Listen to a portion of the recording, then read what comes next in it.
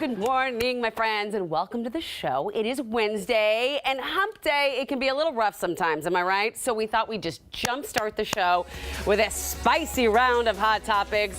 And on today's panel, I have Rachel Belle from Your Last Meal podcast and Carolyn Ossorio from the Shadow Girls podcast. But last but not least, he's not a podcaster, but our very own executive producer, Joseph Suttner. Good morning. Y'all, thanks for being here today. Thanks for having us here to drink in the morning. Yeah, day drinking. Welcome to New Day. Spicy. I can tell this is going to be a very, very fun round of hot topics already. So Rachel and Carolyn and Joseph, you have all joined us graciously this morning. Have you ever... Well, I work here, so yes. Yes. Have you ever had rosé with jalapenos in it?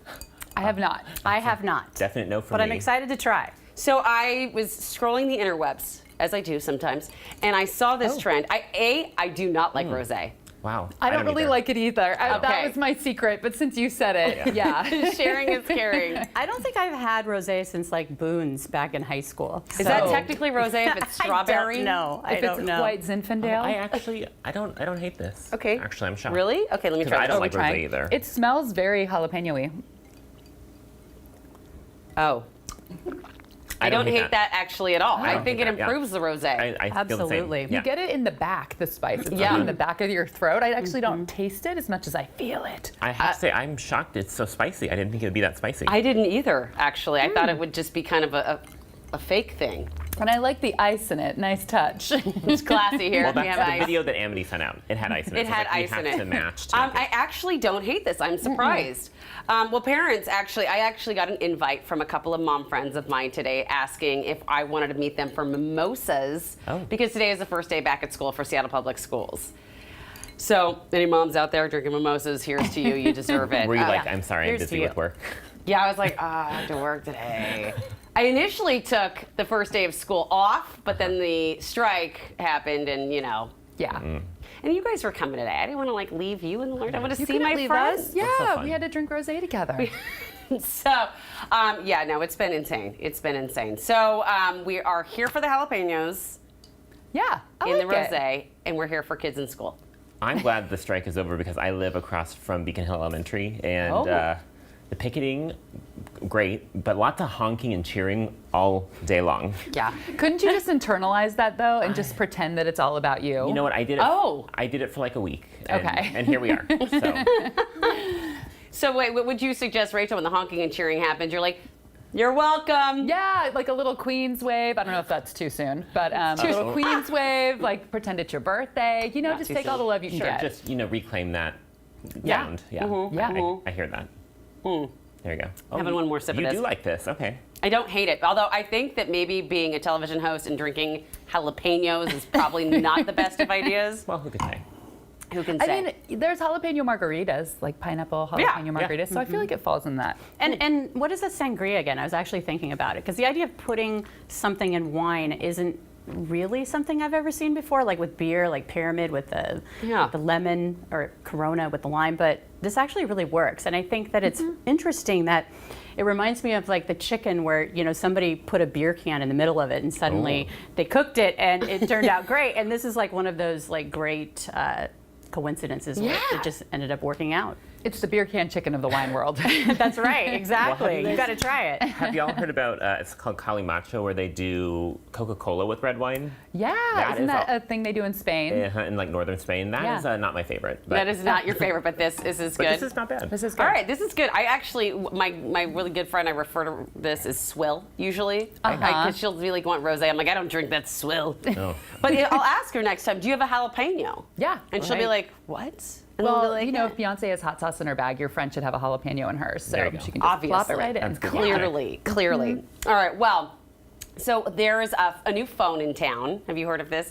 The iPhone 14. And I was shocked when they said the iPhone 14 because I feel like as I get older, more and more phones, because I'm an 11 right now, and I thought that was pretty new. Yeah. Well, No. well, it's No. not, Here is apparently. the iPhone 14, and it's the Dynamic Island is the special feature on this. I'm sorry, I wanted us to talk about this because the names are just getting so silly, I feel like. But the dynamic, see like the little black pill-shaped notch on the top? Yes. That That is the dynamic that's island. It's a hardware feature, it's the speaker. but to hide it and make it look better and more fancy, they like turned it into like a screen, so it like expands to show more information, so it kind of hides the fact that there is a cutout of like a speaker in your phone. So I had to do a lot of digging on this. I actually So did I. So did you? I. Yes. Someone has to ask the hard I questions. read one article, was like, don't get it. 2 articles, I'm like, what's wrong with me? Am I a Luddite? Am I 80 years old? I know I'm a Luddite, but still, No. I didn't think it should be that hard to understand. I bless you for saying that, because I went through 2 to 3 articles going like, Yeah. okay, wait, what? It replaces a notch? Yeah. And I had to go to my phone and look, and I get the notch. That's the thing here, That's that the little thing there, yeah. white line. But oh my gosh, I was thinking I was like a total Luddite. Same. Well, and I don't even have an iPhone, and I was thinking like, oh my gosh, why can I not figure this out? But I think Dynamic Island, you really have to deliver on that promise. So I don't know Yeah. if Pong is going to do it. Well, It's a new dating reality show, Dynamic Island. I know. I Well, just don't and know yeah. why the aesthetics of that is bothering anybody, that they had to turn it into a second feature. But I will say, as someone who really cares about the environment and tries my best to not waste, like the idea of a new iPhone coming out every 6 months, every year, to me is just, it's very hurtful for this planet. I mean, so many people are going to get this phone, get rid of their other one that works perfectly well. Yes. That's the thing that bothers me. But does it work perfectly Me. well? That's the issue.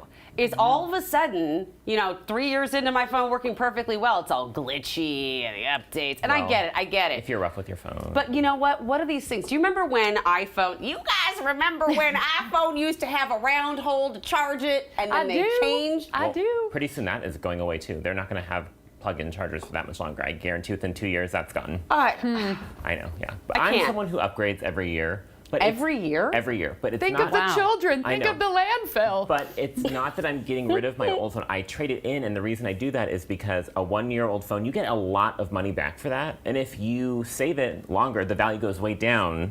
So I feel like I'm, in a way, saving money by, You're just kind of keeping the. keeping the value going. All And right. you know what? I use my phone more than anything else in my life. So it turns out to be like about $1 a day. I feel like I can afford that. So What do you think of the Dynamic Island? Well, I'm excited for it. I have ordered the phone, and it's supposed to arrive on Friday. So maybe we can do like a little test of it. And Do see you how it buy works. the phone outright? Yes. Because I have never ever bought a phone outright. Ever since back in LA Wireless, I would be like, I'm gonna get the plan, and you just build the phone in. I figured this is Well. what you do. Now people buy the phones. Yeah. Well, I have T-Mobile, so somehow it all works out. I don't know. Do you guys buy your phones, or do you just add it to the plan? I buy it. Yeah. For the full price? See, Yeah. Rach, you're with me, right? Yeah. I'm like, Well, the carriers always I have never like a have deal either. if you trade in. I think the and last phone I bought at full price was my green phone from Walmart when I was 19 years old for it a my flip phone? first apartment. Yeah. All right. Well, we have a lot of feelings. we all about know iPhone. that, and phones are important, but also what is important is watching podcasts and listening to podcasts on your phones. So coming up in the show later, we're actually talking with a novelist who wrote about a cold case. Now, Carolyn, your podcast is about true crime. Yeah. Why do you think people, and women specifically, because there's been a whole topic on this, are so fascinated in true crime? Well, I think it comes down to, it's very complicated, but also if you distill it to its essence is, why do people do what they do? It's just fascinating, and the morbid curiosity, and there's just so many layers to each investigation, and especially with a podcast, it's a very intimate way to hear, somebody's story. And and I don't want to refer to them as characters, but you've got the dogged detective who never gives up. You've got DNA, and suddenly these unsolved cold cases are finally having their day in the sun. So it's just and then the sense of justice, like what is justice? It's different for different people, and resolution for the family. So I think it's very complicated, but it comes down to, why do people do the things they do?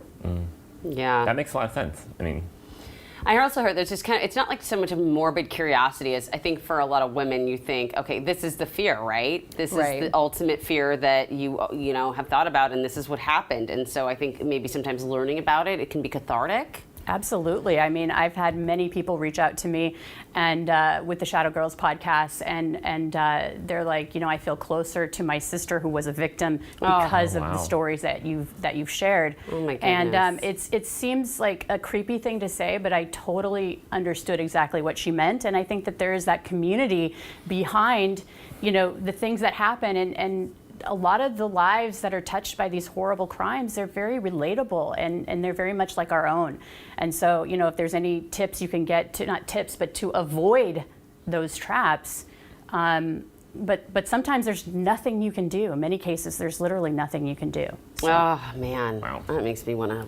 I have a question. Yeah. True crime, does it have to be a solved story for it to be true crime, or can it be like an unknown ending to a story? Oh, that's a good question.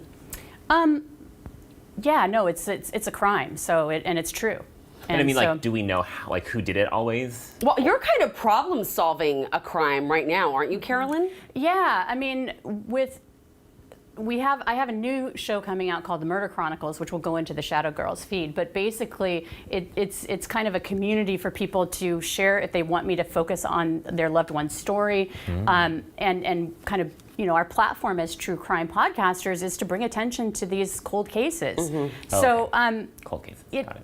It basically is an opportunity to do some good if you can, but obviously never step in the way of an investigation. And I think that, for many people, they just never, if a loved one disappeared, they just never know what happens to them. And so just listening to their story is cathartic for them in the absence of any justice or resolution that they may or may not ever get. Wow.